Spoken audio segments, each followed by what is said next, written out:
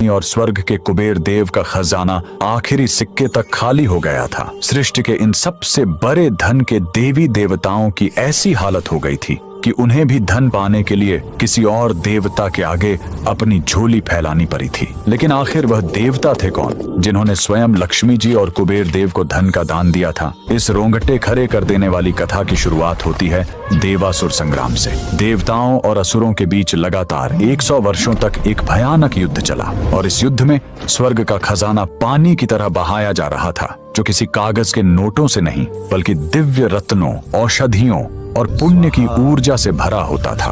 100 वर्ष लंबे इस युद्ध में असुरों को हराने के लिए देव शिल्पी विश्वकर्मा लगातार नए और शक्तिशाली दिव्य अस्त्र बना रहे थे। स्वर्ग की विशाल सेना को जीवित रखने के लिए सोमरस और दिव्य औषधियों का बेहिसाब उपयोग हो रहा था, जिससे कुबेर देव का भंडार तेजी से घटने लगा। और इस आग में घी का काम किया असुरों की एक भयानक चाल ने।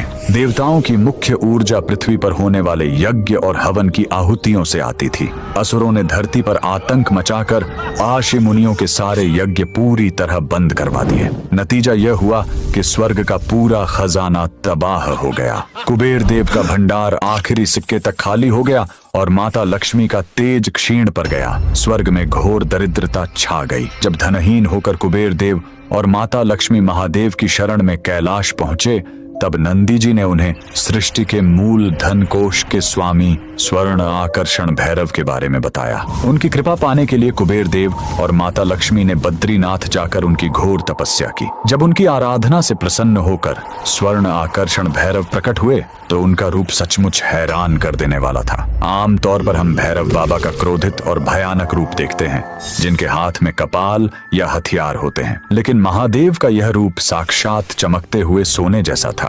उनके चेहरे पर एक शांत मुस्कान थी और हाथ में खोपड़ी नहीं बल्कि सोने के सिक्कों से भरा एक कलश था। उन्होंने जैसे ही अपने हाथ उठाए, वहां सोने की ऐसी अद्भुत वर्षा हुई कि कुबेर देव और माता लक्ष्मी का खजाना फिर से लबालब भर गया। और इसका सबसे बड़ा प्रमाण आज भी मौजूद है। दक्षिण भारत के तमिलनाडु में कुंभकोणम के पास सेम्बियावरंबल गांव में इनका एक प्राचीन और अद्भुत मंदिर स्थित है। यहाँ भैरव बाबा की मूर्ति अपने शांत स्वरूप में विराजमान है, जिनके हाथ में वही सोने का कलश आज भी साफ दिखाई देता है। अगर आपको महादेव का यह अद्भुत रूप पसंद आया है तो कमेंट में ओम नमः विनोद करते हैं। भगवान ने कहा सर्वलोक महेश्वर सर्व